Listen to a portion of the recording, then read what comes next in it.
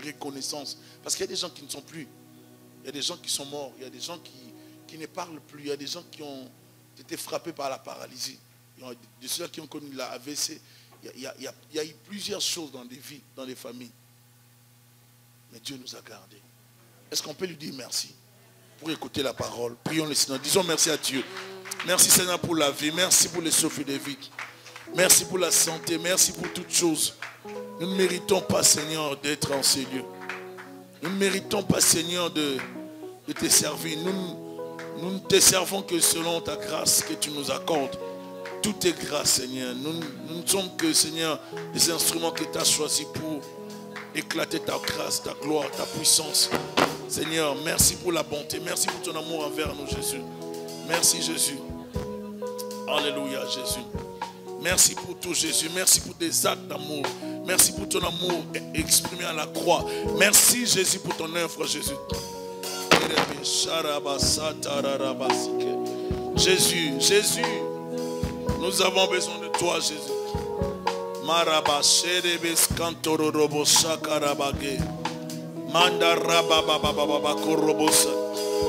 Tu règnes à jamais, Jésus. Être plus près de toi. Toujours plus près de toi. Encore plus près de toi. C'est ma prière. Être plus près. Être plus près de toi. Toujours plus près de toi. Encore plus près de toi. C'est ma prière. Être plus près de toi. Toujours plus près de toi. Encore plus près de toi. Plus près de toi. Toujours plus près de toi. Encore plus près de toi.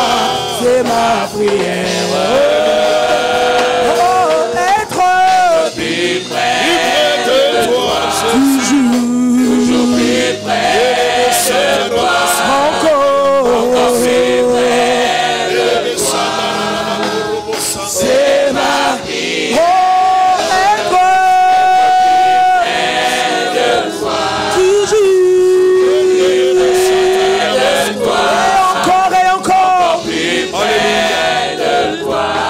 Ma prière,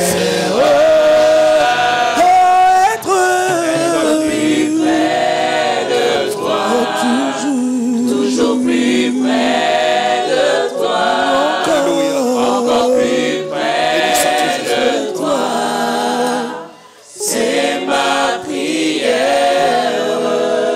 Parle-nous dans vie, édifie quelqu'un, corrige, instruit, délivre, guérit. Ramène quelqu'un dans le bon sens. Et que tout soit pour ta seule gloire, Jésus-Christ. Nous voulons que tu règnes dans cette église comme le seul vrai Dieu. Nous ne voulons que toi et toi seul. Tire gloire de ce moment de la parole. Tire gloire de ce moment, Jésus-Christ. Et que toutes nos pensées convergent vers toi, vers ta gloire. Soient totalement paralysées. Qu'aucun esprit impur au nom de Jésus-Christ. Glorifie ton Saint-Nom. Manifeste-toi, Jésus-Christ. Étends ta main, Jésus, dans nos vies. Koraba sekata la mache.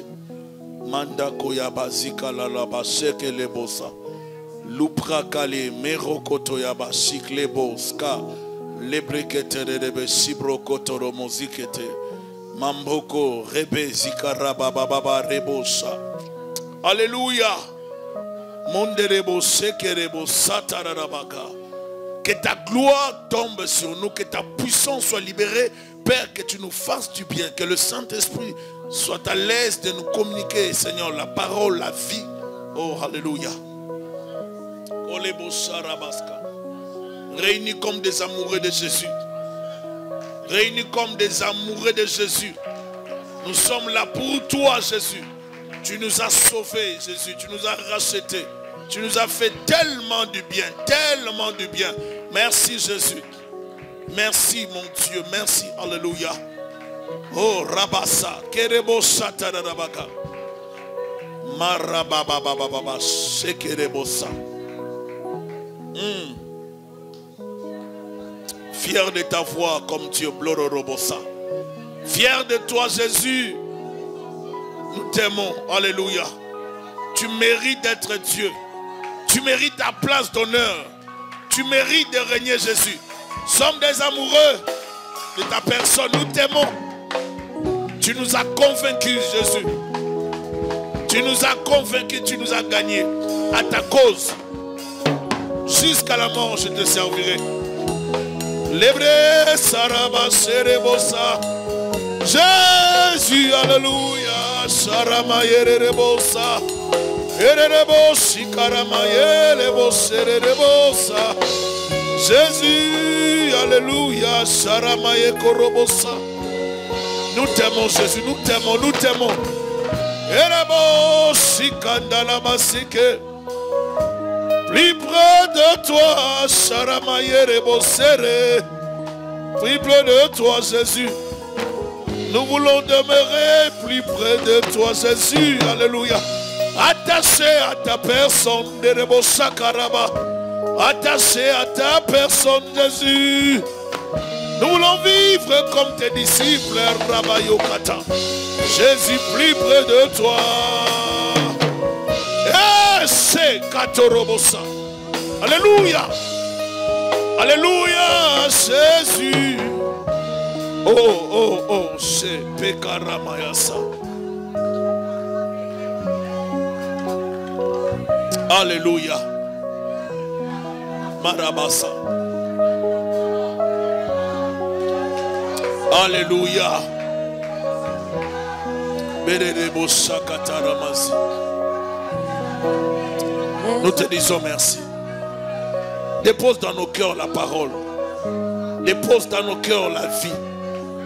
Délivre, guéris, fais du bien. Au nom de Jésus-Christ. Alléluia.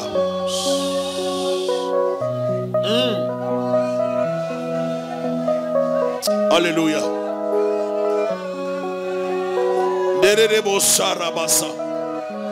Alléluia. Merci Jésus. Nous te disons merci. Nous sommes reconnaissants envers toi. Nous sommes reconnaissants envers ton amour, la vie, la santé, le souffle de vie. Sois béni. Merci. Parle-nous en ce moment.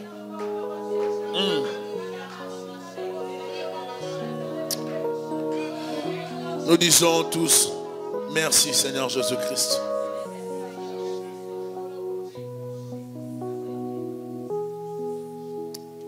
Alléluia. Nous reprenons nos places. Nous disons Amen. Amen. Nous acclamons celui qui nous donne la vie. Amen. Nous devons nous habituer toujours avec la présence de Dieu, aimer la présence de Dieu, l'adorer, des fois débordé dans sa présence.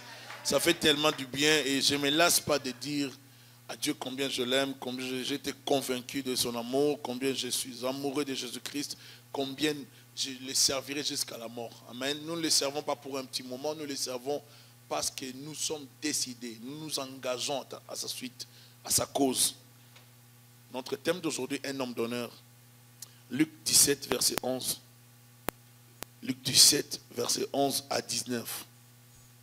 Jésus se rendant à Jérusalem, passé entre la Samarie et la Galilée, comme il entrait dans un village, 10 lépreux vinrent à sa rencontre. Se tenant à distance, ils élevèrent la voix et dirent, Jésus, Maître, aie pitié de nous. Dès qu'il les eut vus, il leur dit, allez vous montrer au sacrificateur. Et pendant qu'ils y allaient, il arriva qu'ils furent guéris. L'un d'eux, se voyant guéri, revint sur ses pas, glorifiant Dieu à haute voix. Il tomba sur sa face aux pieds de Jésus et lui rendit grâce. C'était un Samaritain. Jésus prenant la parole et dit, les 10 n'ont-ils pas été guéris? Et les 9 autres, où sont-ils? Mais s'est-il trouvé que cet étranger pour revenir et donner gloire à Dieu? Puis il lui dit, lève-toi, va, ta foi t'a sauvé. Est-ce qu'on peut dire Amen? Alléluia. Au temps de Jésus en Palestine, avoir la lèpre, c'était encore plus qu'aujourd'hui, être condamné à vivre en marge de la communauté humaine. Et ces gens de personnes qui étaient touchées par cette maladie étaient isolés, placés en quarantaine. La législation du Lévitique en parle dans Lévitique 13, 45. Le lépreux portera ses vêtements déchirés et ses cheveux dénoués. On peut le voir. Lévitique 13, 45. Est-ce qu'on peut lire ensemble? Le lépreux atteint de la plaie portera ses vêtements déchirés et aura la tête nue. Il se couvrira la barbe et criera impur pour aviser les gens parce qu'il était impur. Il avait des vêtements qui, n'est-ce pas, permettaient à tout le monde de déceler même de loin qu'il était malade. Donc c'était des gens qu'on ne valorisait pas dans la société, qu'on ne considérait vraiment pas. Être malade à l'époque, avoir la lèpre, c'était la fin de la vie.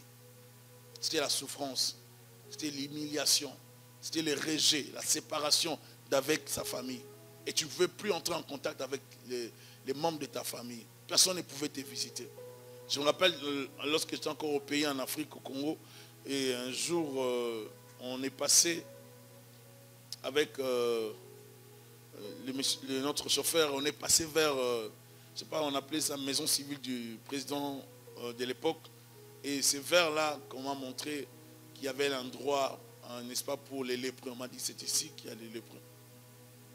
Et je pouvais voir comment ils étaient isolés, comment c'était. Mais c'est près du fleuve Congo. Donc, on les a isolés dans ce coin-là. Parce qu'ils étaient malades. Et dans cette époque, je ne crois pas qu'il y avait, n'est-ce pas, des conditions pour bien les sécuriser, les aider, les accompagner. La plupart des temps, lorsque les gens sont malades, on les abandonne, on les laisse. Allez dans les hôpitaux ici, vous allez voir plusieurs personnes malades, délaissées, abandonnées. Il y a même de ceux-là qui n'ont pas les membres de leur famille. Il y a des gens qui meurent sans soutien, sans qu'on les aide. Il y a des gens qui se retrouvent dans des hôpitaux, seuls, abandonnés tous, parce qu'ils sont juste malades. On a la tuberculose, les gens vous fuient, parce que c'est contagieux. On a les sida, les gens vous abandonnent. On a une maladie qui peut nuire aux autres. Les gens ne vont plus vous parler. Parce que lorsqu'on est malade, il n'y a plus la beauté. On perd la beauté. On n'attire plus. On n'attire plus. Et des fois, on n'a même plus le goût de se soigner. On n'a pas le temps de se coiffer. On n'a pas le temps de faire des fiers, de faire le maquillage. On n'en a pas besoin. Et on n'a plus le goût. Il y a même des gens qui perdent même le goût de manger. Ils n'ont plus le temps de manger. Tout devient amer. Il n'y a plus de vie. Être en bonne santé, c'est vraiment la grâce et la faveur de Dieu. Parler, vivre, marcher, bouger, être en bonne santé, c'est la grâce de Dieu. Si moi et toi nous nous retrouvons en ces jours, en ces lieux, c'est la grâce. 10 lépreuses, compagnons de misère, unis dans leur cause, travaillant ensemble. Ils se voyaient déjà enterrés. Il n'y avait plus d'espoir, mais ils étaient unis. Je les vois en train de se consoler tous les jours. Ils se posaient des questions entre eux. Ils étaient unis dans leur objectif. Je crois qu'ils se partageaient à manger. Des compagnons de vie. Peut-être de la destinée aussi. Ils ont saisi une chance, une opportunité. Parce qu'ils ont été rejetés par la société. Les gens, même les membres de leur famille, ils avaient abandonné. Je ne sais pas s'il y avait des mariés, sûrement s'ils étaient mariés, la femme aussi, ou les femmes les avaient abandonnés. Et dans ces genres de cas, je vous assure qu'on va vous laisser. On t'abandonne malgré que tu étais peut-être beau, mais dès que tu atteins une maladie d'humiliation comme la lèpre et contagieuse, rassure-toi que tu seras abandonné. Je me rappelle lorsque j'étais trop jeune, en 86, il y avait un prédicateur, j'étais encore choriste à l'époque, 86, et puis le prédicateur va prêcher. Il a parlé d'une femme qui pleurait beaucoup, tout ça. Son mari, et puis à un moment donné, lors du deuil, et puis ça commençait à empester beaucoup son corps. Elle a demandé qu'on amène le désodorisant pour un peu essayer de tuer un peu les mauvaises odeurs. Mais c'est le même mari qu'elle aimait. Quelques instants juste avant. C'est le même mari pour lequel elle pleurait. Pour qui elle s'est jetée à terre. Après un moment donné, les corps commençaient à se décomposer. Nous avons plus de fierté lorsque nous sommes beaux, belles, lorsque nous sommes en vie, lorsque nous marchons. Là, nous avons la fierté. Alors on peut se dire beaucoup de bonnes paroles d'amour. Les hommes vont vous jeter des fleurs lorsqu'ils verront qu'en vous, il y a quelque chose. Lorsque vous avez des choses à donner, les gens vont s'accrocher à votre personne. Les gens vous suivront. Celui qui a beaucoup aura plus d'amis aussi. Mais vous pouvez les avoir pour votre malheur. Ce n'est pas parce qu'on a plus de gens qui nous approchent qu'on est aimé. Il y a des gens qui peuvent nous suivre pour leur intérêt et non pour nous aider ou nous accompagner dans la destinée. Il y a des égoïstes dans la vie. Ils se tenaient à distance par habitude, par crainte. Peut-être d'indisposer Jésus, peut-être d'indisposer les gens, les passants. Ils étaient toujours loin, ils regardaient les gens. Des fois les gens rigolaient, les gens s'amusaient et ils ne pouvaient pas. Il n'y a plus la joie. Certaines situations de la vie nous enlèvent la joie. Lorsqu'on les traverse, on perd la joie. On n'a plus vraiment la joie comme telle. Parce qu'on souffre dans les cœurs. On est malade en fait. On manque quelque chose. On n'a pas la chose qu'on voulait avoir. Ils étaient 10 qui souffraient. Ils se retrouvaient ensemble et se fortifiaient sûrement. Les conditions de vie d'abord les permettaient de passer des nuits et des journées toujours ensemble, au même endroit. Ils pouvaient sortir peut-être la nuit, lorsque les gens dormaient, pour aller fouiller dans des poubelles. Quelle humiliation!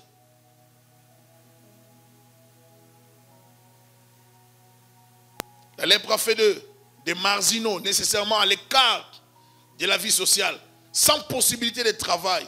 Ils ne pouvaient pas travailler, sans domicile fixe, ni assistés par les gens, des mendiants, abandonnés par tous,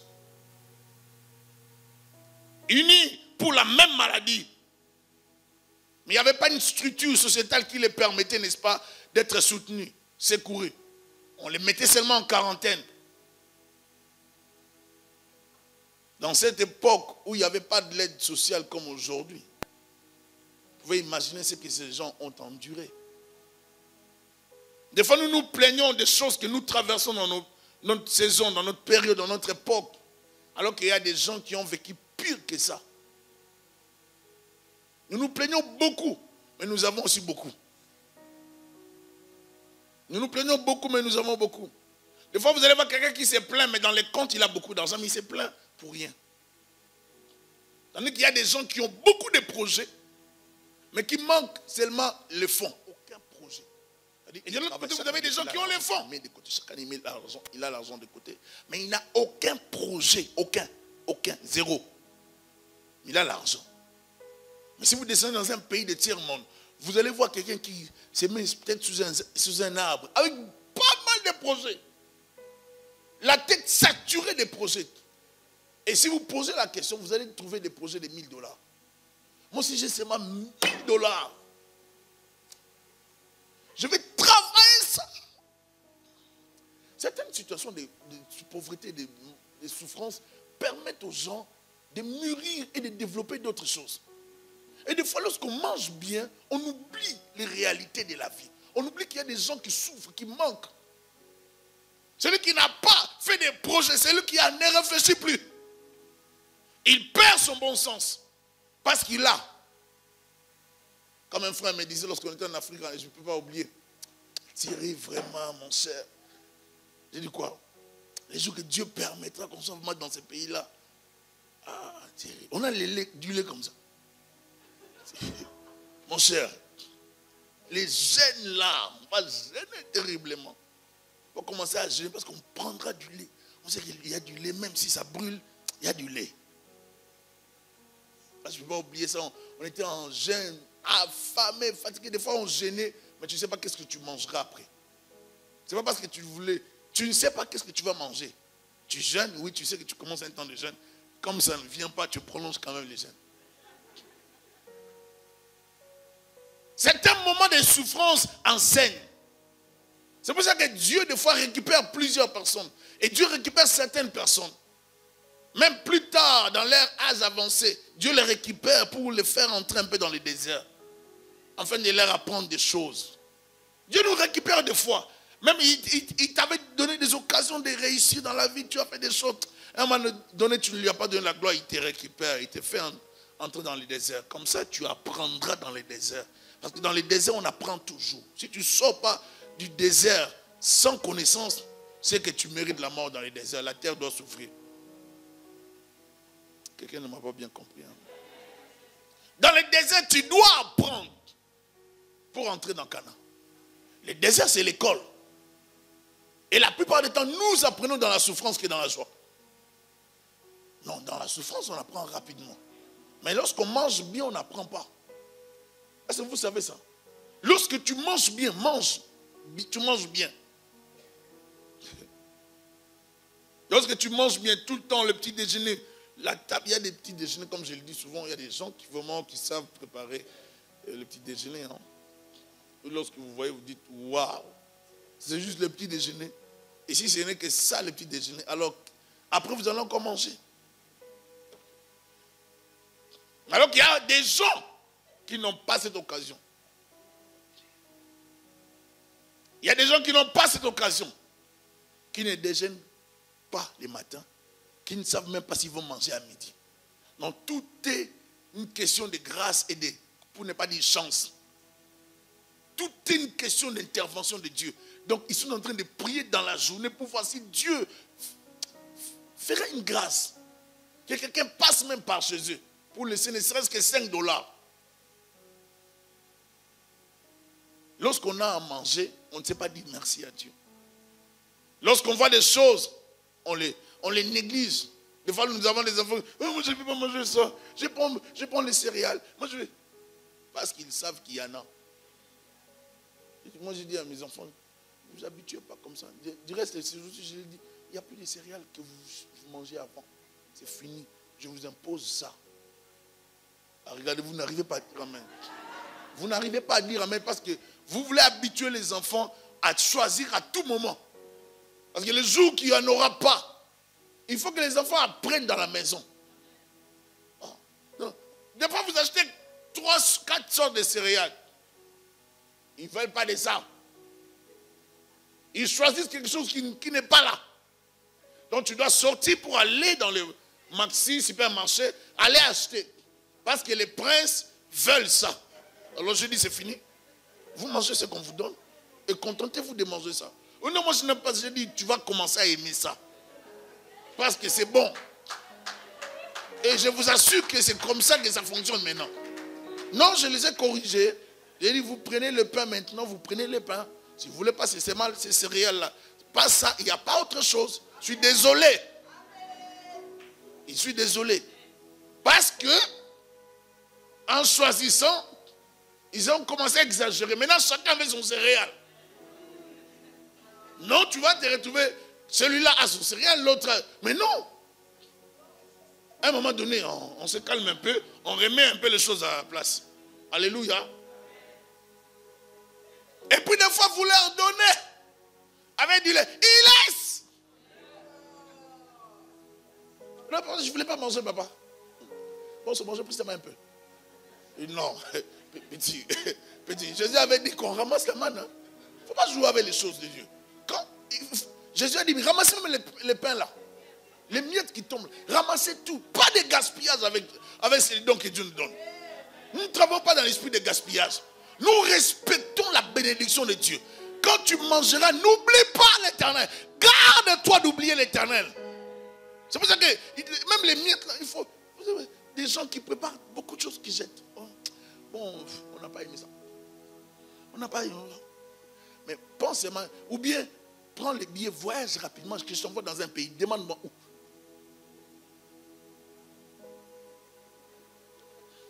Oui, je n'avais pas de problème. Sinon, j'allais citer un pays.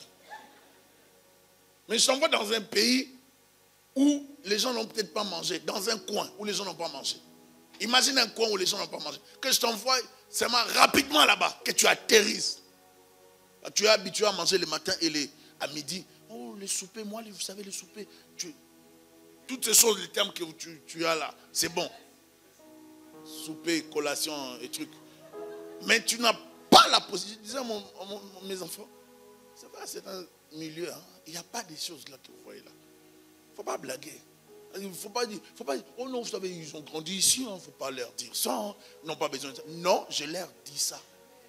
Ils vont grandir avec ces genres d'informations. Comme ça, ils seront sages.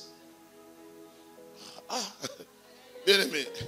Nous ne sommes pas dans... Moi, je ne suis pas dans une famille permissive. Je suis dans une famille qui éduque.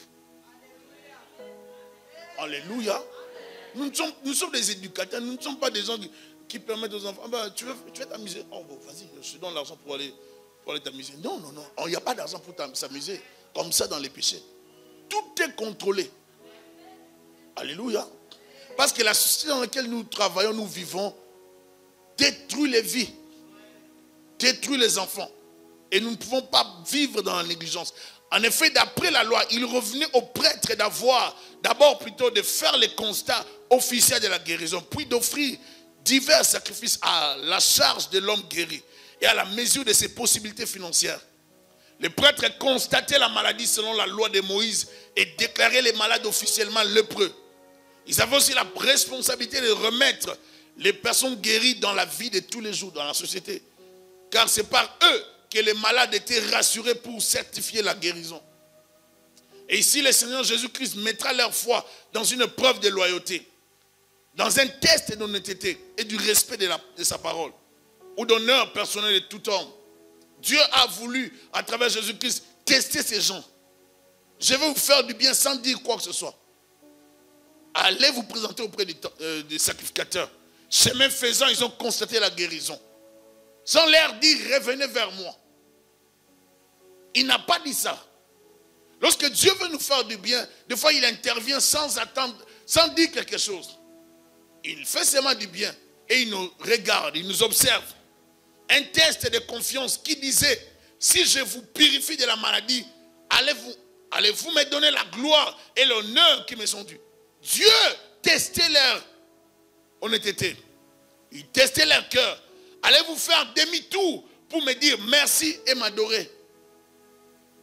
Si vous ne revenez pas, c'est que d'office, vous ne donnerez pas votre offrande de reconnaissance au sacrificateur. Vous êtes d'accord avec moi? Si vous ne revenez pas, vous n'aurez pas la possibilité d'aller voir le sacrificateur. Parce que vous ne voulez même pas de ça. Jésus n'a pas dit, vous êtes des lépreux. Je sais que vous êtes des pauvres, vous n'avez rien. Vous ne pouvez pas donner une offrande de reconnaissance. Est-ce que Jésus a dit ça? C'est pour ça que des fois nous trouvons beaucoup d'alibis pour... Oh non, moi j'ai pas... Moi, on a beaucoup d'éléments pour servir Dieu. On a beaucoup d'excuses. On a pas mal d'excuses. Je ne peux pas servir Dieu pour le moment. Je suis préoccupé par ça. J'ai telle chose que j'ai. On peut faire beaucoup de projets et finir par perdre tout ça. J'ai telle chose, comme je travaille dans ça, comme j'étudie dans ça, comme je n'ai pas l'argent, comme je ne travaille pas, toutes ces raisons, ça peut être valable. Mais ça ne vous justifie peut-être en rien devant l'Éternel. On peut avoir des éléments, des arguments pour défendre quelque chose apparemment défendable. Mais si ce n'est pas défendable devant Dieu, ça reste l'ingratitude devant l'Éternel. Il est plus facile de demander quelque chose ou de l'aide auprès de son prochain. Mais il est difficile de reconnaître l'honneur qui est dû au donateur. La plupart des temps, nous avons la facilité de demander de l'aide. Aide-moi. S'il te plaît, aide-moi. Mais lorsqu'on donne, on a du mal à reconnaître le bienfait du donateur. La Bible dit, donnez à César ce qui lui est dû et à Dieu ce qui lui revient.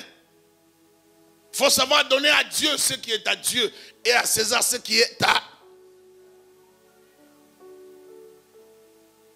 Jésus se rendant à Jérusalem, passé entre la Samarie et la Galilée. Lorsqu'on cite les villes, on ne les cite pas pour rien. On passe un message. Il passe par entre la Samarie et la Galilée. Vous savez comment les Samaritains étaient traités? Les Samaritains n'avaient pas de valeur devant les Juifs. Parce qu'ils avaient perdu la pureté raciale. Parce que si nous remontons à l'époque, en 722, les parties du nord, la partie du nord était mélangée par les Assyriens, n'est-ce pas? Parce qu'ils avaient déporté les Juifs, ils les ont amenés en dehors d'Israël. Ils ont amené les Assyriens pour, n'est-ce pas, faire un brassage dans le nord, toute la partie du nord. Et Juda et Benjamin restaient dans le sud. Ça fait que la partie du sud, c'est la partie qui était restée fidèle à Dieu. La partie du nord était dirigée par Jéroboam. Sous Jéroboam, il y a eu des divinités, il y a eu des autels et des faux prêtres non lévitiques que Jéroboam avait établis. Maintenant, au sud, c'était Roboam, le fils de Salomon, qui dirigeait. Maintenant, en établissant de faux prêtres, il a introduit les péchés. Et Dieu, pour sanctionner les noms, Dieu va permettre aux Assyriens d'attaquer et de prendre certains Juifs, les déporter, les emmener à l'étranger. Et ils vont faire un brassage, ils vont amener les gens, les Assyriens, dans les nords. Maintenant, ils vont se mélanger, ils vont mettre des enfants au monde. Les enfants n'auront plus la pureté raciale. Maintenant, les Juifs d'en bas ne vont plus les considérer comme des gens qui avaient la pureté raciale. Ils vont les considérer comme des impurs. Ils vont se dire, ah, vous êtes des mélangés. Vous n'avez plus vraiment notre sang. Alors il y aura une séparation. Même dans les cultes. Et dans les nord, il y aura un autre temple qui sera bâti au mont Gorazim. Et puis il y aura un autre temple en bas, c'est à Jérusalem, où tout le monde allait en pèlerinage. Donc il y avait comme deux temples qui séparaient les deux endroits. Et Samarie sera choisie pour être la ville du nord. Comme Samarie sera choisie pour être la ville du nord, tout le monde dans le nord allait adorer dans les temples de Samarie. À Gorazim. Mont Garizim plutôt. Garizim. Alors, tout le monde allait dans ces temples-là. Et les gens d'en bas ne considéraient plus ceux d'en haut. Ceux du nord. Donc il y avait séparation. Maintenant, les Juifs purs trouvaient les Samaritains comme les ennemis. Maintenant, ici, Jésus est en train de parler, si vous lisez les épîtres, plutôt les évangiles, vous allez voir dans les 4, et surtout dans les synoptiques, on nous parle de Jésus-Christ qui valorise, n'est-ce pas, les Samaritains. Et Luc fait ce travail-là. Luc est en train de présenter comment Christ est en train de montrer que le véritable prochain, ce n'est pas seulement celui qui a le même sang que toi. Le véritable prochain, c'est celui qui a les sentiments normaux que Dieu a mis dans tout humain. Et un Samaritain qui n'a pas la pureté raciale pouvait se présenter comme un bon prochain qu'un Juif qui a ton sang. Est-ce que je me fais comprendre? Des fois, nous faisons confiance plus aux gens qui viennent de notre lignée familiale. À lui, il a mon sang. Elle, c'est mon sang. Des fois, vous entendez des gens de langage comme ça. Elle, c'est vraiment mon sang. Elle, vraiment, c'est mon sang. Lui, c'est mon sang. C'est ton sang. Mais le cœur, tu ne connais pas. Alors qu'il peut y avoir quelqu'un qui n'a pas ton sang, mais qui te sera fidèle, intègre, loyal, plus que même les gens de ton sang. Alléluia. Vous avez l'unité et l'harmonie passagère, ces gens. Comme un seul homme, ils vont à sa rencontre, tous ensemble, restant en distance comme il se doit. C'est d'une voix qu'il l'appelle au sa pitié et espère la guérison. C'est encore ensemble qu'ils obéissent à Jésus. Ensemble qu'ils se rendent auprès des sacrificateurs pour faire constater leur guérison. Ensemble, ils ont décidé d'aller. Ils ont reçu la parole. Ils ont cru à cela. 10 chemins faisant. L'un d'eux va revenir dans le bon sens. La Bible dit lors de la mort de Jésus-Christ, bien la crucifixion, il y avait tous deux l'injurièrent de la même façon. Et dans un autre évangile, la Bible dit, et l'un dit. Et lorsque vous faites le parallélisme dans les évangiles, vous devez savoir compléter ce qui n'a pas été dit dans l'autre, pour ne pas créer la contradiction. Donc créer la complémentarité dans les évangiles. Comme ça, vous allez bien lire les Écritures, comprendre. Alors, un autre évangéliste va dire, l'un d'eux va dire, ne sais-tu pas que lui, il n'a rien fait. Il va adresser sa demande. Seigneur, si tu peux me sauver. Lui, il n'a rien fait. Nous méritons. Mais la Bible dit, tous deux injurièrent de la même façon. C'est-à-dire, ce que nous comprenons dans les évangiles, c'est que les deux se mettaient dans les injures contre Jésus-Christ. Les deux brigands. Mais l'un d'eux va se déconnecter. Il va dire, oh, de toutes les façons, on est en train d'injurer ces messieurs. Mais lui, il n'a rien fait. Moi, je ne peux pas continuer avec toi dans cette entreprise. Dans la vie, il faut savoir se déconnecter à un moment donné des gens qui ne nous apportent pas ce qui est important par rapport à notre destinée. Même si au début, nous avons parlé le même langage. À un certain moment dans la vie, il faut savoir se remettre en cause et réfléchir. Si vraiment nous méritons ou si nous sommes obligés de nous comporter de la sorte. Et lorsqu'on se rend compte que nous ne sommes pas obligés de nous comporter de cette façon, il faut se rétracter, revenir dans le bon sens et prendre des bonnes décisions.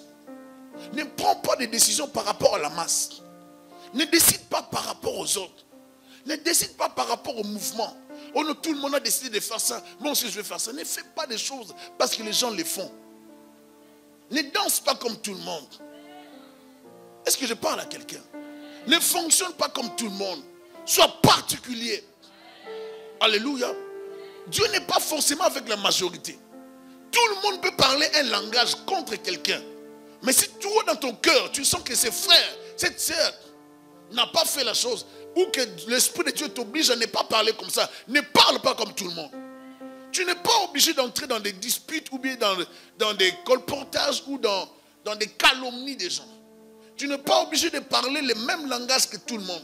Lorsque tout le monde passe son temps à murmurer, à se plaindre de votre père dans la famille, tu peux apporter un conseil avec sagesse à tes frères et sœurs. Est-ce que je parle à quelqu'un? Alléluia. Et des fois dans la vie, lorsque les gens parlent un langage qui ne donne pas gloire à Dieu, il faut savoir se déconnecter de ces gens-là. Alléluia. Déconnectez-vous. Vous n'êtes pas obligés d'être méchants. Nous ne sommes pas obligés d'avoir la méchanceté. Et surtout envers des gens qui ne nous ont rien fait. Nous ne sommes pas obligés d'être de mauvaises personnes. Dis à ton voisin, tu n'es pas obligé d'être une mauvaise personne. S'il te plaît, dis à ton voisin, s'il te plaît. Dis-le. Dis même à l'autre personne qui est à côté de toi.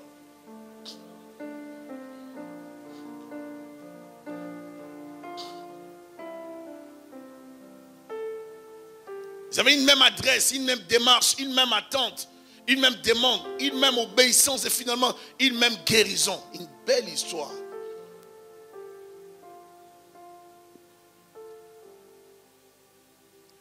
Ils étaient dans l'harmonie, ces gens. Ils étaient unis. Ils se connaissaient, se parlaient tout le temps. Mais l'un d'eux va se décider d'abandonner le groupe, d'abandonner l'équipe. Vous n'êtes pas obligé de continuer la route avec certaines personnes dans la vie. Car certaines relations sont justes pour un court moment et aussi pour certaines circonstances données.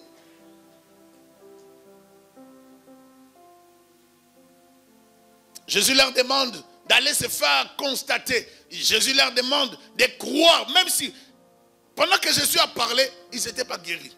Chemin faisant, ils n'étaient pas guéris. Mais ils devaient continuer chez les sacrificateurs. Mettez-vous en route. Vous êtes déjà guéris. Ils étaient en chemin sur la seule parole de Jésus-Christ. Combien sont ceux-là qui obéissent sur la parole? Des fois, lorsque nous disons tu es béni, les gens ne croient même plus à ça. Donc c'est devenu comme des blagues. Même tu es béni là, ça n'a plus d'importance. Vous allez voir quelqu'un qui vient de mentir, ah j'étais béni. Donc même les bénis en question n'ont plus de valeur. On fait beaucoup de choses, on est béni. Même les bénis en question, ça n'a plus de valeur. Mais quand Jésus parle, il déclare une chose. Il est derrière sa parole pour l'exécuter. Il ne laisse jamais tomber la parole qu'il a prononcée, ni la parole de ses serviteurs. Lorsqu'il déclare une chose, la chose arrive à l'accomplissement. La Bible dit dans leur détresse, ils crièrent à l'Éternel. Et l'Éternel leur envoya sa parole, non les anges, sa parole. La parole court avec une grande vitesse. La parole de Dieu corrige, la parole de Dieu rattrape, la parole de Dieu répare, restaure, guérit, délivre. Nous avons besoin de la parole de Dieu. Quand Dieu parle pour ta vie, crois seulement cette déclaration et ta vie changera. L'homme ne vivra pas seulement de la nourriture, n'est-ce pas, du pain, mais il pourra vivre des paroles qui sortent de la bouche de l'Éternel. C'est la bouche de l'Éternel qui nous permet de vivre. Lorsque nous entendons, nous écoutons, nous nous disposons à recevoir la parole produit en nous la foi. Alléluia. Et cette foi nous booste, nous donne l'énergie, la force pour aller de l'avant. Et nous en avons besoin. Tu as besoin de croire à la parole. Tu as besoin de croire que les déclarations, les paroles bibliques sont efficaces pour changer ta vie. Tu as besoin de continuer à croire encore aujourd'hui qu'il y a un miracle possible pour ta vie. Est-ce que je parle à quelqu'un? J'aimerais te dire que c'est encore possible de vivre la main de Dieu dans ta famille. C'est toujours possible pour toi de vivre les surnaturels. Et Kataramasa, je dis à quelqu'un, c'est possible. Dieu n'a pas dit son dernier mot. Dieu ne t'a pas oublié. Tu es dans les calculs de Dieu. Tu es dans les plans de Dieu. Dieu te laisse seulement traverser cette zone de turbulence parce qu'il a prévu de te bénir. Il te bénira certainement. Ce n'est pas une déclaration de slogan. Je suis en train de déclarer sous l'onction. Et je crois aux paroles que je prononce sur toi. Je dis que Dieu te fera du bien. Au Rabassa. Dieu va te bénir. Il t'introduira dans ta destinée et tu seras... Je dis à quelqu'un que tu ne seras plus lépreux. La lèpre a sa fin. La lèpre, c'était juste une école. La lèpre, c'était juste une période. La lèpre, c'était la limitation. C'était une école de souffrance. Dieu a voulu te révéler tes ennemis et les gens qui t'aimaient. J'ai dit, c'est la lèpre. C'est une période durant laquelle tu souffres, tu vis des choses qui ne marchent pas. C'est Dieu qui a permis que tu traverses cette période. Mais il a prévu de te bénir. Ce n'est pas dans ton plan, mais c'est dans les plans de Dieu. Et Dieu, lorsqu'il établit son plan, il ne te consultera pas. Parce que lui-même, il a juré de te bénir, de te faire du bien. Il dit, sois à ton poste, reste fidèle. J'ai décidé de te bénir. Marche devant ma face et sois loyal, sois intègre. Je te bénirai. Dieu ne te laissera pas tomber. Il n'abandonnera pas ta famille. Il ne t'abandonnera jamais. Il ne te laissera jamais. Ce qu'il a déclaré, sa main a le pouvoir de l'exécuter. Ce qu'il a promis, il l'exécutera. Il accomplira certainement. Je dis à quelqu'un que l'Éternel reviendra pour visiter ta famille. Dieu reviendra visiter. Tu es sur le chemin de croiser Jésus. Korebo Satarabasa. La Samarie ne t'empêchera pas de vivre les miracles. Être samaritain ne veut pas dire que tu es destiné à l'échec.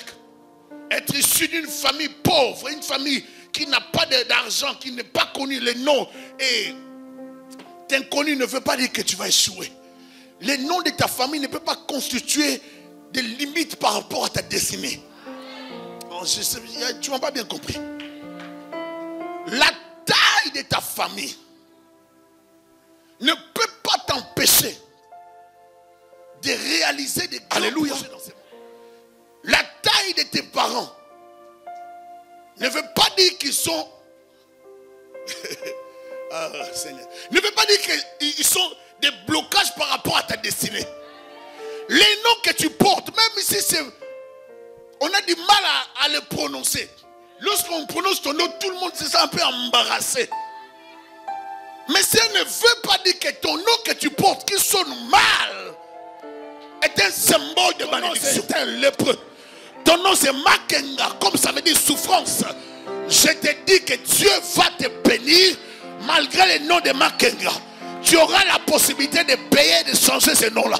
Je suis en train de dire que ton nom ne pourra pas empêcher Dieu, le Dieu souverain, de te bénir. Même si la sorcellerie s'est levée et décidé de te bloquer, le nom que tu portes n'est pas une limitation à la bénédiction de Dieu.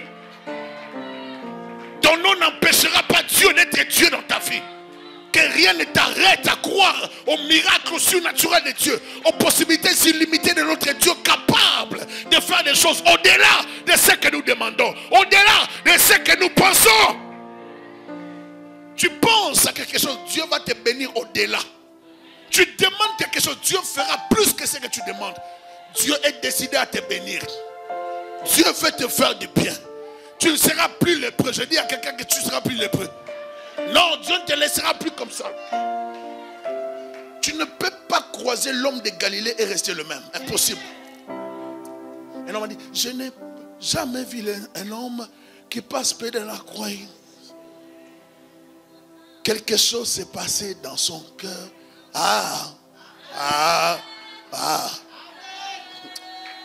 Dieu peut te mettre des exclamations comme ça. Dieu peut te faire du bien. Ou des fois tu te regardes et tu dis, ça c'est moi ou c'est pas moi, c'est toi. C'est vraiment toi. Oh mais je viens, un homme me disait, mon cher, regardez la montre que je porte. Je dis, ça coûte, il me dit, ça c'est dans 3000 €. Wow! Il m'a dit, on m'a béni avec ça. Moi je ne pouvais pas porter une montre comme ça. Regardez ce que Dieu va faire. Étonné, oh, il m'a étonné. Vous pouvez jouer avec Dieu. Dieu va t'étonner, Dieu. Dieu va te faire du bien. Ce qu'il va faire pour toi va t'étonner. Étonné, oh, étonné. Il m'a étonné. Qu'il t'étonne encore davantage. Il m'a étonné. Dieu va t'étonner. Il m'a étonné. Il m'a étonné. Que Dieu t'étonne, qu'il te fasse du bien. Étonné, oh, étonné. Étonné, il m'a étonné. Alléluia. Dieu c'est un Dieu qui étonne. Dieu c'est un Dieu qui surprend. Il fait du bien aux gens. Alléluia. C'est pour ça qu'un enfant de Dieu ne peut pas rester tout le temps triste comme si Dieu était mort. Jésus est vivant. Dis à ton voisin qu'il est vivant. Il n'est plus dans les tombeaux. Dieu va t'étonner. Je te dis que Dieu va t'étonner. Il y a un temps qui arrive où tu ne parleras plus de la tristesse. Il y a un temps qui arrive où tu ne parleras plus de la honte. Où tu n'auras plus la tenue de lépreux. Il y a un temps qui arrive où tu enlèveras les vêtements de lépreux pour les jeter. Parce que Dieu t'amène un vêtement de gloire. Je parle d'un vêtement de gloire. Tu n'auras plus un habit déchiré. Tu n'auras plus un habit de lépreux. Il y a un vêtement de gloire qui arrive pour ta vie. Un vêtement de gloire. Lorsque tu auras les vêtements de gloire, tu oublieras les vêtements déchirés de lépreux. C'était juste pour un temps, les vêtements de lépreux. Il y a un vêtement de gloire qui vient avec un homme qui a la tunique à une seule couture. Est-ce que je parle à quelqu'un? Il y a un homme qui a une tunique à lui seul. Il te donnera un vêtement de gloire. Tu seras redoré. Lorsque tu les croises, ta vie ne peut plus rester le même. Lorsque tu les croises, tu ne peux plus rester au même niveau. Je l'appelle l'homme de Galilée. Je l'appelle le conseiller. Je l'appelle admirable. Je l'appelle l'incomparable. Je l'appelle la racine. Je l'appelle la source. Les germes, les rejetons, les germes. C'est lui qui commence toutes choses. Il est en train de réparer ta vie. Il va te restaurer. Il te fera du bien. Il fera du bien à ta famille. Il te fera du bien. Je le déclare. Reçois cela. Un vêtement de gloire. Un vêtement de gloire. Sois béni. Quand ta bénédiction arrive, lève-toi, sois éclairé. Quand ta lumière arrive, sur toi la lumière de Dieu se lèvera. Les nations seront dirigées par toi. Ta famille sera dirigée par toi. Quand la lumière de Dieu arrive, la bénédiction arrive, tu es sur le chemin de croiser Jésus. Il te touchera. Et là-bas, c'est Korobosata. Et prends ta place.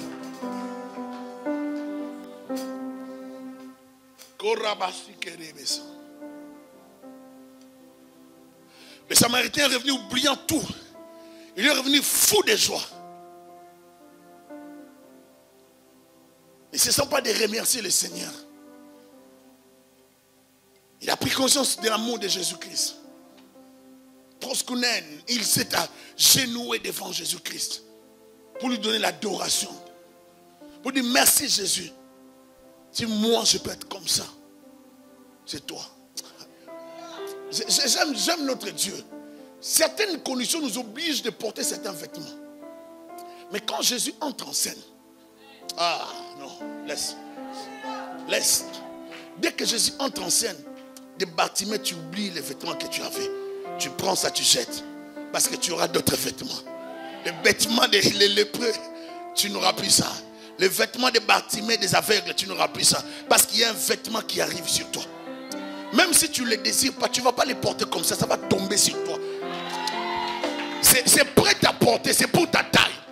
Ça sera imposé, ça va descendre dans ta vie. Aujourd'hui, tu dois sortir avec ces vêtements de ta bénédiction. Un vêtement de la restauration pour le mariage. Un vêtement de gloire, de la fécondité. Un vêtement de la richesse, de l'élévation. Un vêtement spirituel. Un vêtement de bénédiction. Que l'Éternel les libère aujourd'hui au nom de Jésus. Que les vêtements tombent sur toi. Il y a un vêtement prophétique pour ta vie. Il y a un vêtement de bénédiction pour quelqu'un cet après-midi. Je déclare sur toi qu'un vêtement tombera sur toi. Je sers un Dieu capable. Alléluia. Alléluia. Avant de conclure, je vais parler de quelques excuses. Quelles que soient vos raisons devant les hommes, si vous n'êtes pas ce que Dieu s'attend de vous, si vous ne faites pas ce que Dieu s'attend de vous, c'est que vous avez failli au test de son amour. Ne prenez jamais la bonté de Dieu pour acquis ou pour un encouragement à l'ingratitude. Quand Dieu fait de bonnes choses, il faut lui dire merci. Alléluia. Vous pouvez prouver et argumenter comment vous n'avez plus le temps pour ceci ou cela. Mais n'oubliez pas que si Dieu n'avait pas agi en votre faveur lorsque vous aviez besoin de lui, vous seriez toujours dans la même condition du passé. N'oubliez jamais cela. Le premier va dire, on lui pose la question, est-ce que tu es allé voir Jésus-Christ? C'est monsieur qui t'a guéri. Oh, j'avais complètement oublié. Suite à ma guérison et à ma joie, j'ai aussi voulu observer jusqu'au matin ou même toute cette semaine afin de me rassurer et j'irai vers lui. Ça c'est le premier. Regardez nos réactions lorsque Dieu fait des choses dans nos vies. Le deuxième va dire, on lui pose la question, il dit, écoute, ma vie ne dépend pas de cet homme de Dieu. Hein? Combien d'hommes de Dieu sont dans cette ville? Et tu ne me parles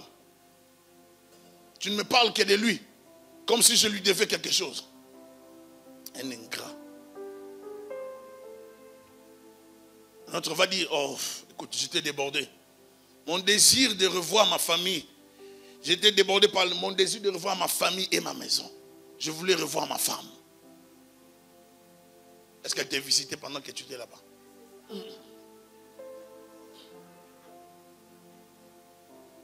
Oui, j'irai le voir, lui, et les sacrificateurs afin de leur remettre mon offrande d'action de grâce.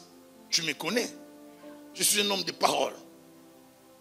Pourquoi tu n'as pas été spontané? Dans certains moments, Dieu ne nous attend pas à attendre. Dieu veut qu'on soit rapide. Alléluia. Un autre va dire, toutefois, ce n'est pas lui qui m'a guéri. C'est Dieu. Et moi-même, je sais comment. Et quand dire merci à Dieu, ou quand je lui dirai merci. Un autre va dire, il faut savoir que j'ai mon pasteur. Et ceci est le résultat des prières de mon pasteur. Voire même aussi de mes prières. J'ai prié beaucoup. Quand je suis un homme de prière. Mais tu ne peux pas me dire, c'est pour cette parole qui vient de prononcer.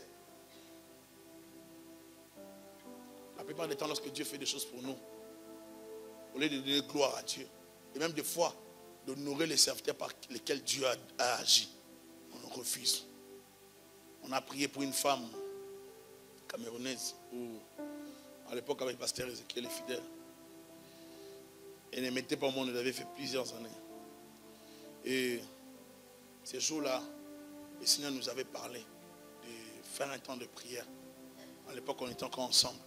On a gêné prié pour elle. Gêné prié, et on a prié. Et Dieu l'a bénie, Dieu l'a visité. Elle a eu un enfant. Et son mari lui a dit qu'il ne voulait plus qu'elle prie avec nous. Parce que ce n'était pas vraiment son église de choix. Vous connaissez le pasteur Ézéchiel, hein? Très bien. Et puis, le pasteur Ézéchiel a dit, ah bon? Ton mari a dit ça? Que toi, tu ne dois plus prier avec nous. Elle a dit, oui, le mari a dit ça. Mais toutefois, on a fait aussi notre église. Hein. Le pasteur Ézéchiel a dit, bon, ça va pas. Alors, il n'y a pas de problème. Et plus tard, l'enfant connaît un problème. Après 2 ans. Elle a cherché le pasteur Ézéchiel. Vous savez vous-même la réponse. Si vous voulez, c'est moi que je la prononce là. Le pasteur Ézéchiel aussi lui a dit, comme tu avais ton pasteur, et c'est lui qui avait prié, c'est mieux que lui continue à faire ce travail-là. Ne viens même pas à l'église me voir. Parce que tu me connais déjà que je ne le ferai pas. Des fois, certaines personnes, comme je dis souvent dans la vie, vous n'avez pas besoin de tout détruire. Là, partout où vous passez, vous n'avez pas besoin de détruire les relations. Vous allez détruire des relations qui vous serviront demain. Dans la vie, il faut être simple et humble. Vous n'avez pas besoin d'être orgueilleux parce que demain, vous ne savez pas de quoi sera composé votre lendemain. Vous pouvez refuser ou négliger certaines personnes, même mépriser. Et ça peut arriver que dans l'avenir, vous avez besoin d'eux. Et vous commencez à tourner les yeux comme si vous voyez des démons partout. Pourquoi? Parce que vous gâchez tout sur votre passage. Vous n'êtes pas obligé de tout gâcher. Alléluia. Vous n'êtes pas obligé de tout détruire. Tu n'es pas obligé de détruire tout dans ton passage. Garde certaines relations, salutations, et garde la paix. Apprenons à bien faire les choses. Un autre va dire, dans la vie, il faut savoir tourner la page. J'ai mon église qui est bien organisée. Et ce monsieur n'a pas d'église. Lui, c'est Jésus-là, il n'a pas d'église. Il est partout, il se promène sur les arbres. Il est toujours dans la rue.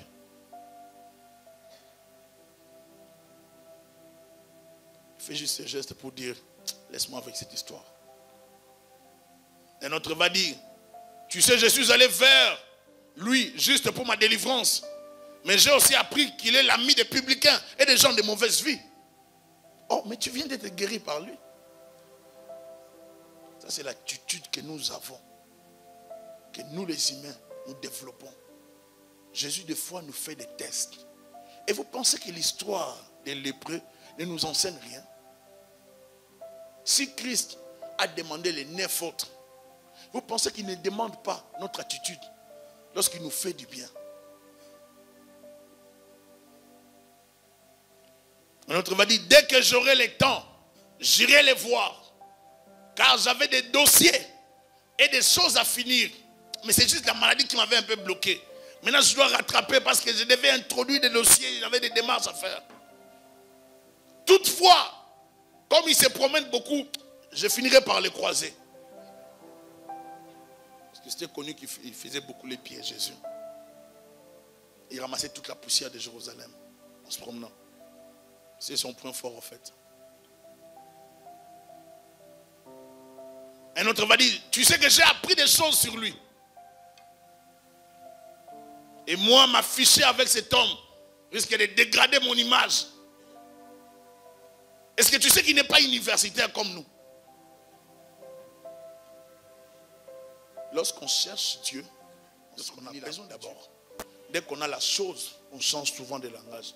Ce n'est pas aujourd'hui que je suis chrétien. Ce n'est pas aujourd'hui que je suis devenu serviteur, prédicateur. C'est depuis 1993 que je prêche. Donc, j'ai beaucoup d'expérience dans ce que je suis en train de dire. Je vais nous enseigner à savoir reconnaître Dieu qui nous bénit dans la vie de tous les jours. Amen. Est-ce que tu sais qu'il n'est pas universitaire comme nous? Écoute-moi. Avec mon niveau d'études, je ne peux vraiment pas prier dans une telle église. Oui, Dieu l'a utilisé, mais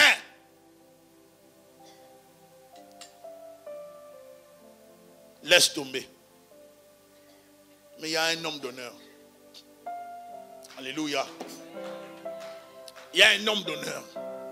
Alors que les autres argumentaient, lui dit, je n'avais pas de valeur en tant que Samaritain. Je n'avais plus de vie, ni d'espoir pour mon avenir. Car tout me dirigeait vers la mort. Mais il a eu pitié de moi. Il m'a redonné la vie. Aujourd'hui, je peux me marier. Aujourd'hui, je peux travailler. Aujourd'hui, je peux étudier. Je peux aider les gens. Moi, j'irai vers lui pour mon honneur. Est-ce que je parle à quelqu'un?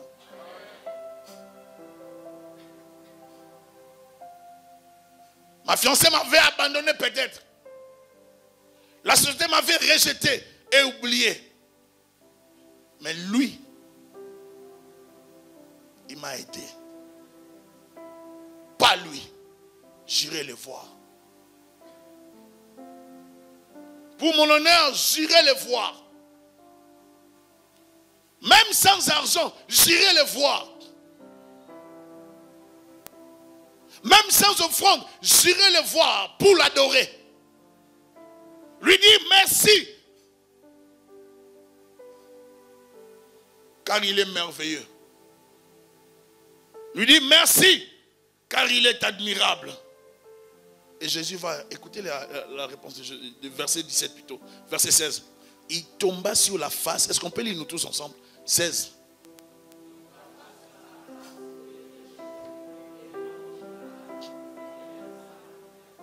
« 17. 17. Les 10 n'ont pas été guéris. Et les 9 autres, où sont? Est-ce qu'on peut relire le verset 18 maintenant, nous tous ensemble? 1, 2, 3. Ne s'est-il trouvé que 7? Donc même Jésus est estomaqué de voir qu'il n'y avait que ces Samaritains. Il ne l'avait pas dit, mais il s'attendait à ce que les gens comprennent qu'il devait retourner vers lui. Mais Jésus s'étonne de voir qu'il n'y avait qu'un Samaritain, apparemment négligé.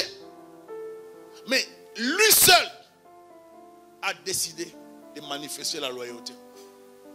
Lui seul a décidé de manifester la fidélité. Les hommes de valeur et de distinction selon Dieu. Dieu ne voit pas tout le monde comme les hommes de valeur, hommes d'honneur. Il y a des gens qui n'ont pas l'honneur. Il y a des gens qui tiennent à leur honneur, à leur image. Et pas dans les mauvais. Il y a des gens qui, non, ça c'est mon honneur. Mon honneur, mais dans les bêtises. Les critères d'appréciation de Dieu diffèrent de ceux qu'établissent les hommes. Un homme sans valeur, avec une histoire sale, un peuple mélangé et ayant perdu sa pureté raciale, c'est lui seul, c'est cet homme, c'est ces Samaritains qui manifesta les bons sens. L'attitude de ces Samaritains nous révèle quelques éléments que je vais citer ici. La reconnaissance, est-ce qu'on peut dire amen? Ça nous révèle l'humilité, est-ce qu'on peut dire amen? Ça nous révèle la loyauté, est-ce qu'on peut dire amen? Ça nous révèle l'esprit de témoignage, est-ce qu'on peut dire amen? Ça nous révèle l'adoration, est-ce qu'on peut dire encore amen? Ça nous révèle son amour et son attachement pour Jésus-Christ. Est-ce qu'on peut dire encore amen? Il a aimé cet homme inconnu. Il est retourné, il est allé voir cet homme pour lui dire merci. Merci. La reconnaissance. L'humilité. Je ne veux pas dire que j'ai trop de choses à faire. Je retourne. C'est lui qui a donné un sens à ma vie. Je n'avais plus de valeur dans la société. Je dois être loyal. Des fois, quand tu veux faire du mal à quelqu'un, pose-toi dans les questions. Est-ce qu'il m'a fait du mal? Les témoignages. Dieu t'a guéri. Est-ce que tu ne peux pas témoigner? Dieu t'a donné du travail. Tu as cherché du travail pendant 20 ans. Tu n'as pas trouvé. 15 ans, 10 ans, 5 ans. Quand tu as un bon travail selon tes compétences, tu penses que c'est ton intelligence qui te donne ça. Deutéronome 8 va te contredire. Il faut savoir témoigner. Et quand Dieu fait du bien, il faut savoir venir s'agenouiller devant Dieu. Raison pour laquelle je dis toujours, et j'insiste, ici à la promesse, nous voulons des gens qui adorent Dieu. Des adorateurs. Nous ne voulons pas des spectateurs. Nous voulons des gens qui sont humbles de cœur. Si tu es orgueilleux, ça ne marchera pas la promesse. Parce que nous n'avons pas besoin de ça. Et moi, et nous tous, nous devons être humbles. Être à l'aise de s'agenouiller. Être à l'aise d'être à terre pour Dieu. Dieu a besoin de telles personnes dans l'église. Des adorateurs. Ce n'est pas des gens qui... je vais salir un peu mes amis. Non, danse pour Dieu, transpire.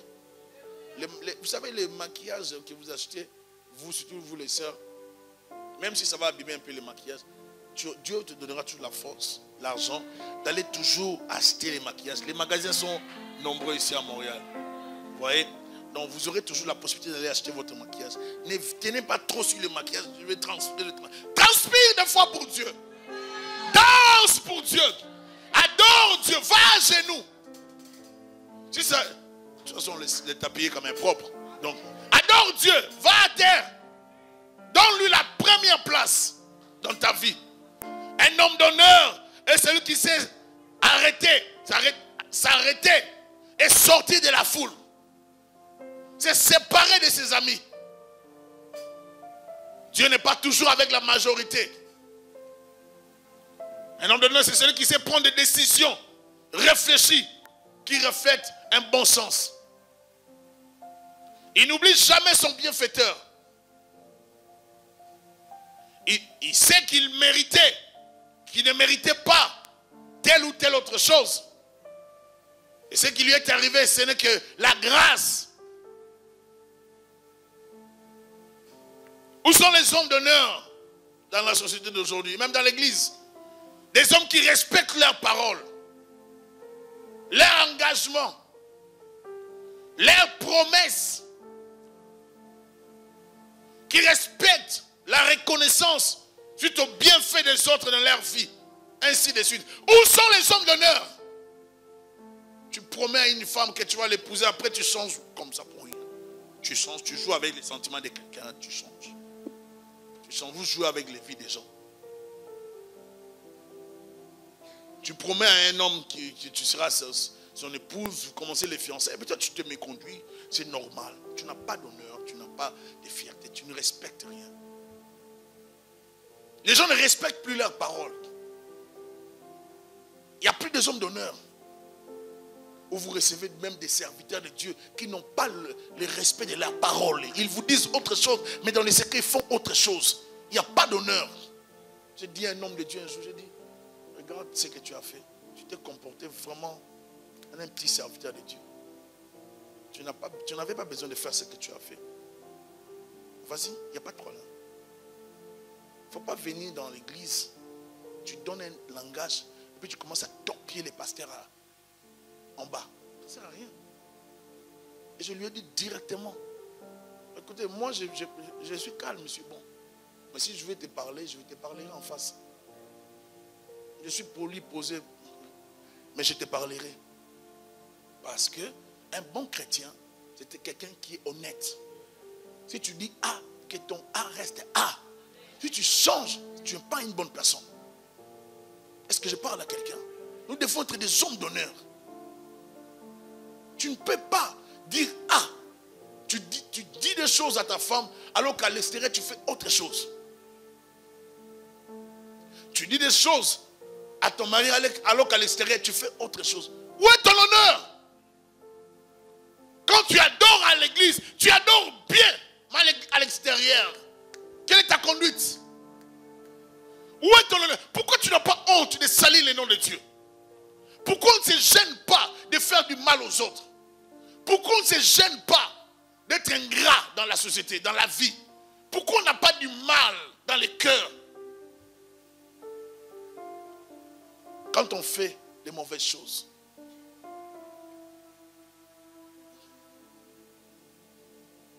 quel honneur vous avez dans les mensonges? Quel honneur avez-vous lorsque vous ne respectez pas votre engagement à travailler? Vous avez promis à quelqu'un à faire quelque chose, à l'aider. Et lorsque les jours arrivent, on vous attend, vous n'appelez pas, vous ne vous justifiez pas, vous ne faites rien. Quel honneur avez-vous?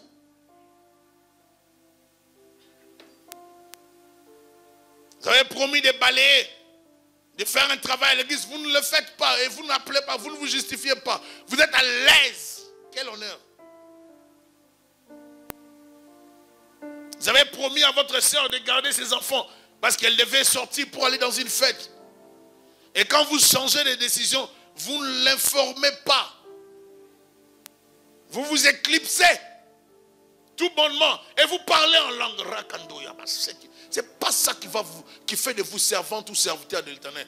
Moi, je ne suis pas impressionné par la langue. Je vais te donner des prophéties. Je ne suis pas impressionné par ça. Je ne suis pas impressionné parce que tu parles bien en langue. Je parce que tu prêches. Je suis impressionné par ta vie. Ce qui fait de nous des serviteurs de Dieu, ce n'est pas parce que nous prêchons, mais c'est notre conduite. C'est le cœur. Ce n'est pas parce que je vais parler en langue beaucoup, tu pries pour des gens, il y a des choses que Dieu fait. Ce n'est pas ça. Tout le monde peut faire ça. Mais tout le monde ne peut pas être bon. Tout le monde ne peut pas avoir un bon cœur, un bon caractère. Tout le monde n'a pas. Et Dieu cherche de telles personnes. Est-ce que je parle à quelqu'un? Est-ce que quelqu'un peut changer? Il ne faut pas seulement dire, l'année qui arrive, j'aurai ça, j'aurai ça. Mais il faut que tu changes de l'intérieur. Changeons de l'intérieur. Dis à ton voisin, change de l'intérieur. Changeons de l'intérieur. Non, dis-le s'il te plaît. Il ne faut pas se gêner. Des fois, il faut dire même à 2-3 personnes. Dis-le à ton voisin, change de l'intérieur. Change de l'intérieur. C'est juste un encouragement. Dis à ton voisin, ce ne sont pas des reproches, hein, c'est juste l'encouragement. Dis à ton voisin, c'est juste l'encouragement. Plusieurs personnes promettent des choses dans les églises et disparaissent sans donner ou sans respecter leurs paroles. Surtout dans les églises. Oh là là, Seigneur. Hey. Un endroit où il y a plus de mensonges, un endroit où il y a plus de choses qui ne sont pas vraies, c'est l'église. Hein? Je parlerai un jour de mensonges chrétiens. Je suis en train de préparer ça. Un endroit où il y a plus de choses, de mauvaises choses, c'est l'église. On parle beaucoup en langue. On parle beaucoup en langue, mais il y a beaucoup de choses aussi que nous ne faisons pas. Dieu ne nous attend pas seulement dans le parler en langue. Au parler en langue, ajoutons des bonnes choses. Alléluia. À la prière, ajoute un bon cœur. À l'adoration que tu conduis, que tu diriges, à la modération, ajoute l'esprit, n'est-ce pas, d'aimer ton prochain. Est-ce que je parle à quelqu'un? À la prédication que tu fais, ajoute l'esprit de partage. Il faut savoir partager, Thierry. Quand tu donnes à ton prochain. Il ne faut pas seulement prêcher les gens. Il faut donner. quoi servir un homme de gagner le monde, d'avoir beaucoup d'argent et de ne pas servir les autres? Quelle gloire vous avez lorsque vous avez tout que pour vous? Quelle gloire vous avez lorsque tout n'est concentré que sur vous? Ou lorsque vous reléguez Dieu toujours en dernier, et lorsque ça échoue à gauche, vous venez vers Dieu, ah Dieu, vraiment, j'ai besoin de toi. Non, Dieu sait que tu n'as pas besoin de lui. Tu as fait des choses sans lui. Lorsque ça ne marche pas, c'est là que tu reviens vers Dieu. La plupart du temps, c'est comme ça que nous faisons. C'est pour ça que Dieu ne nous soutient pas dans plusieurs choses que nous entreprenons. Dieu ne nous accompagne pas parce que nous sommes très ingrats. L'ingratitude dans les cœurs. Commençons par changer.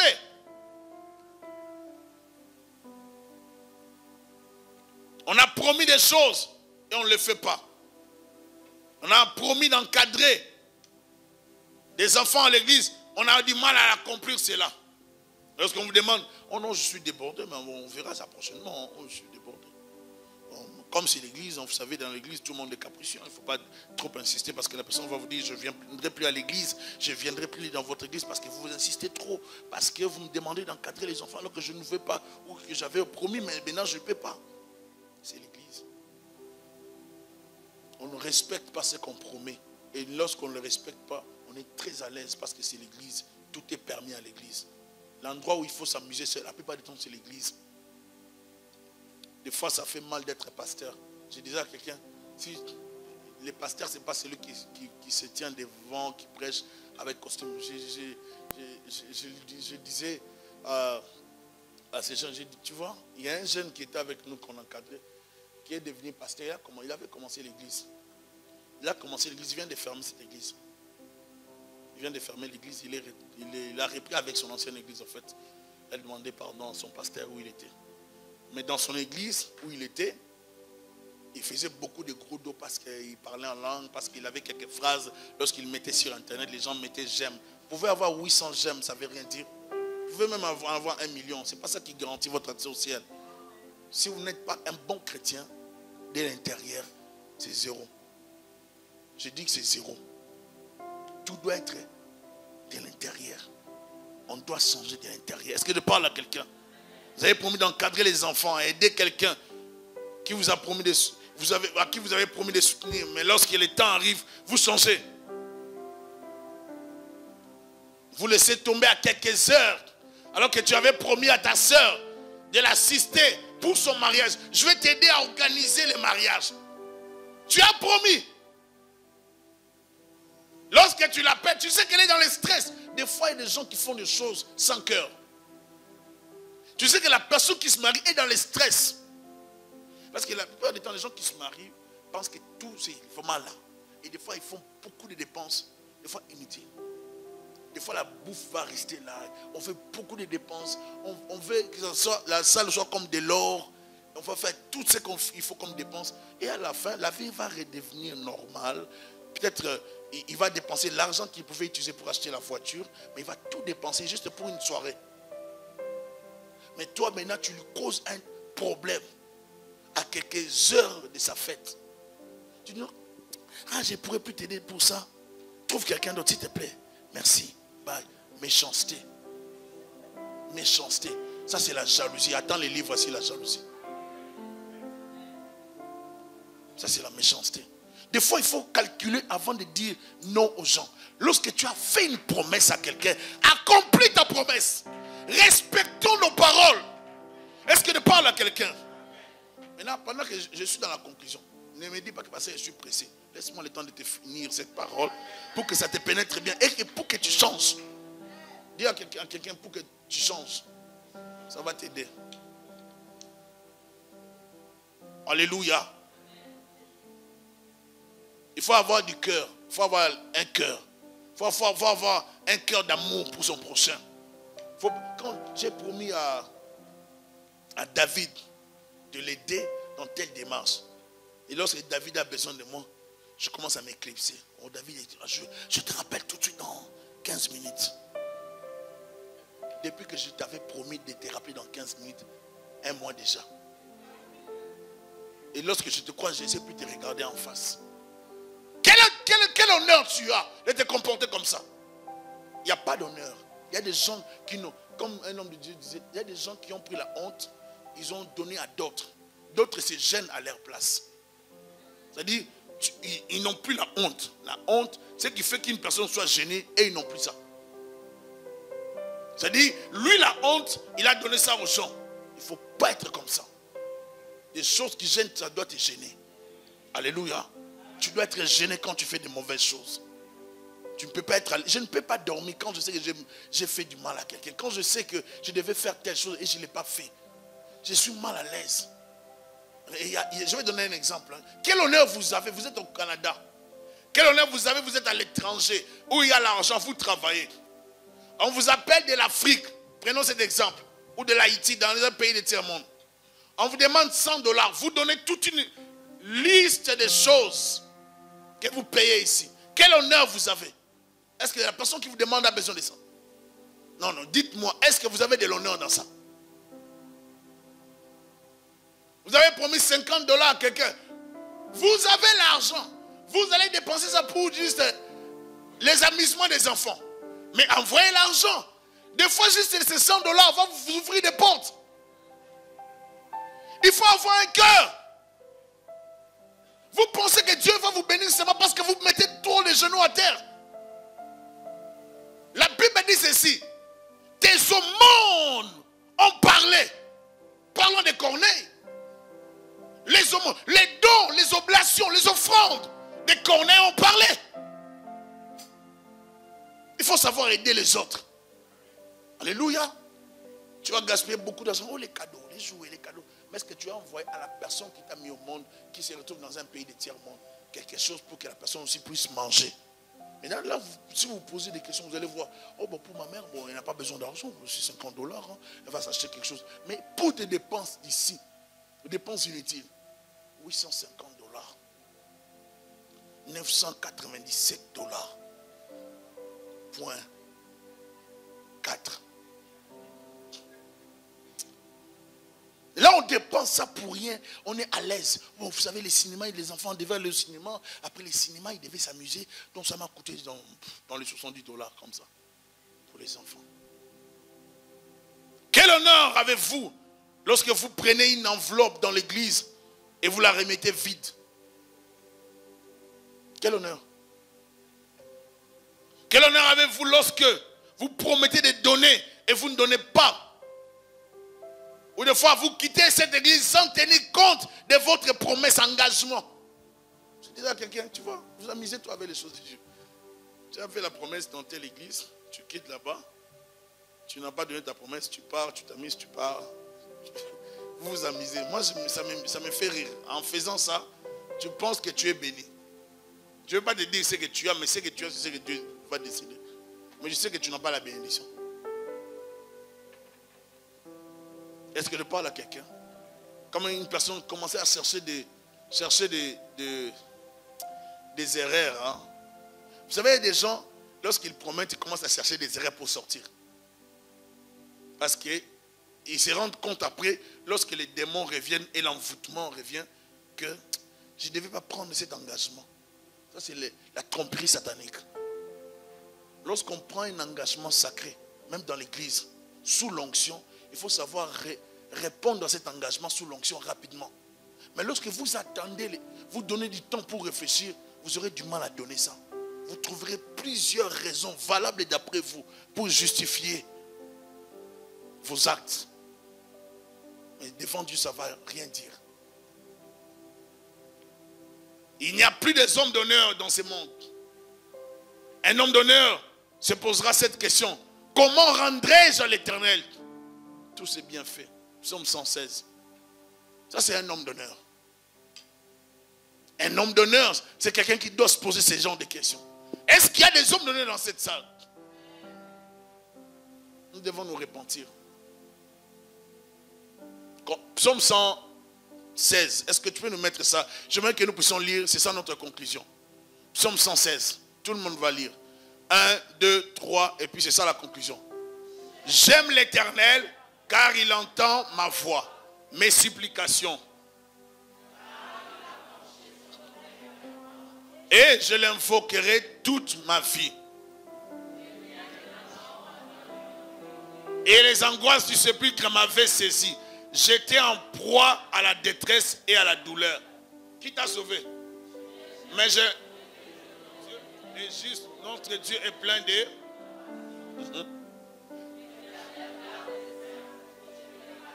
Il m'a...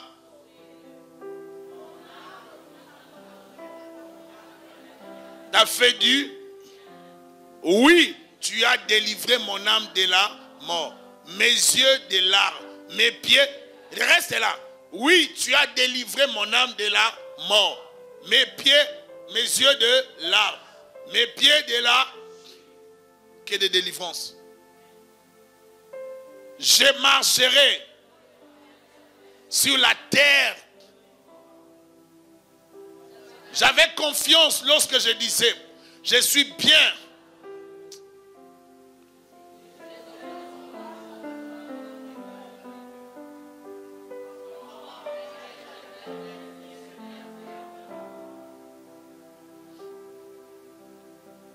On retourne là, verset 12.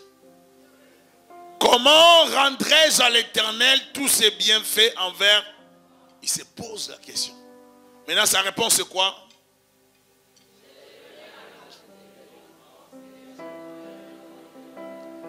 Continue sa réponse. En présence de... Aux yeux de l'Éternel, la mort de ceux qui... Si tu l'aimes, tu dois faire ce qui précède. Écoute-moi, ô Éternel. Ton serviteur, fils d'État, tu as détaché mes liens. Il ne fait que citer des choses que Dieu a fait dans sa vie. Est-ce qu'on peut continuer nous tous? Je t'offrirai un sacrifice de... Non, relis ça parce que ça va t'aider. Relis ça. Quelqu'un veut que ça passe vite. Ça passe pas vite. Laisse ça. Relisons ça, s'il vous plaît.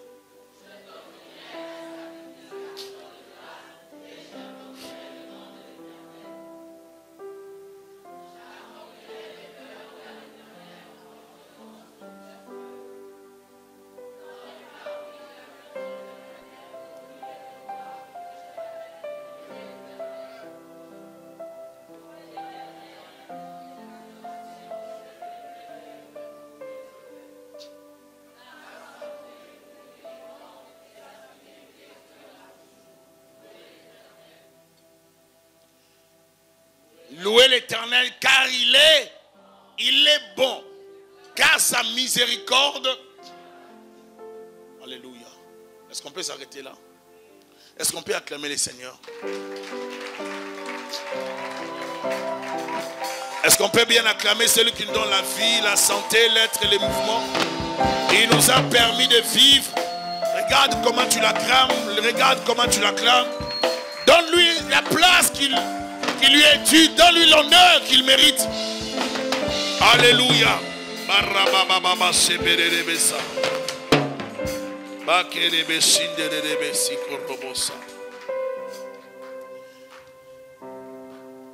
J'aimerais que tu puisses prier, ma soeur, mon frère. Parle à Dieu. Demande à Dieu pardon si tu as failli au test de Dieu, à son test. Demande à Dieu de t'aider à devenir un homme d'honneur. Prions le Seigneur.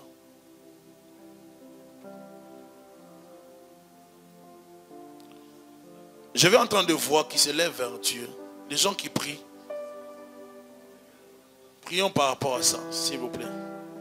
Alléluia, nous avons besoin de toi. Viens nous aider, Jésus.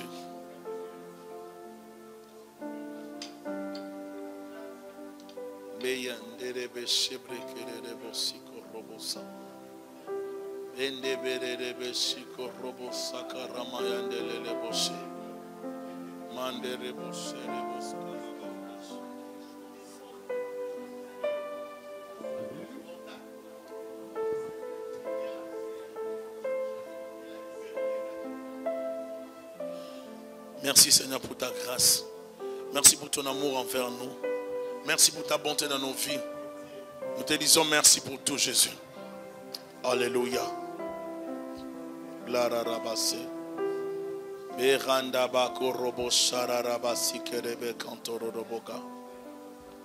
Alléluia.